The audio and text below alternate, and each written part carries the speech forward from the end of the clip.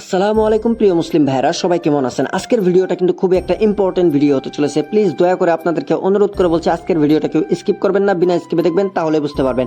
আপনারা যে জেসিবি তারপর ডাম্পারগুলো দেখা যাচ্ছে, এই জেসিবি আর ডাম্পারগুলো এই রাস্তার কাজের জন্য নিয়ে এসেছে।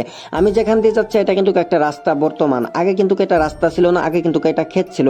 আর যারা সরকারি মাটিতে বসবাস করছেন তারা সবাই সাবধান হয়ে যান। আপনাদের বাড়ির মাঝখান দিয়ে যদি রাস্তা যেয়ে থাকে তাহলে আপনাদের ঘর বাড়ি তাড়াতাড়ি সেখান থেকে সরিয়ে দেন, না হলে কিন্তু আপনার বিপদ চলে আসবে। তো প্রিয় মুসলিম ভাইরা, আপনারা যে চারদিকে দেখতে পেরেছেন এই ফোর লাইন রাস্তাটার চারদিকে আপনারা দেখেন লক্ষ্য করে, সেখানে কিন্তু অনেক বাড়ি ঘর আছে।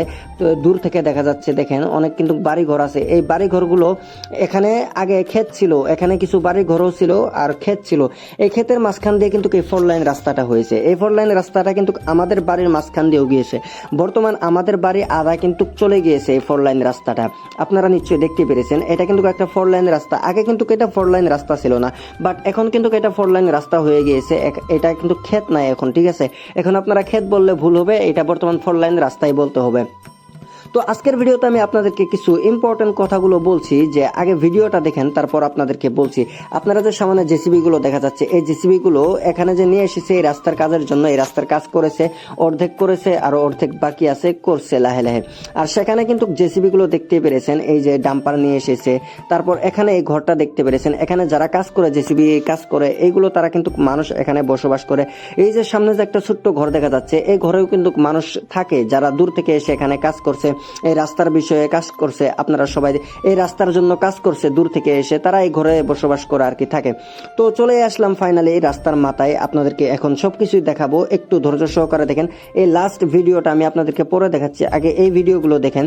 অনেক মানুষের কিন্তু বাড়ি ঘর ভেঙে দেখেন চুরমার করে দিয়েছে। এটা কিন্তু বিল ছিল, এখানে কিন্তু এখন মাটি ফেলানো হয়েছে। মাটি ফেলানোর পর এটা কিন্তু এখন বর্তমান রাস্তা হয়ে গেছে। আপনারা দেখতে পেরেছেন মানুষের বাড়ি ঘরের অবস্থা। অনেক গরিব যেগুলো মানুষ আছে তারা কি করবে? এই সরকারি মাটিতে বসবাস করছিল, তাদের এখন কি হবে আপনারাই বলেন। শুধুমাত্র আপনারা এই ভিডিওটা শেয়ার করে একটু হেল্প করবেন প্লিজ, আপনাদেরকে অনুরোধ করে বলছি। এই ভিডিওটা শেয়ার করলে আপনারা অনেক সওয়াব পাবেন ইনশাআল্লাহ।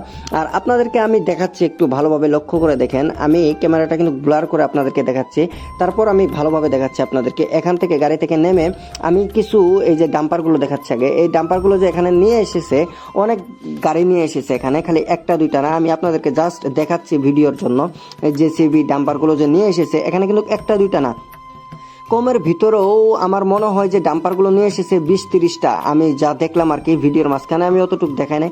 আর এখানে একজন ছেলেকে আমি জিজ্ঞাসা করলাম যে এই রাস্তাটা কিভাবে আপনাদের বাড়ির মাঝখান দিয়ে গিয়েছে নাকি অনেক কিছুই আর কি ছেলেটা বললো। তারপর বললো যে আমাদের বাড়িও ভাঙ্গা হয়েছে।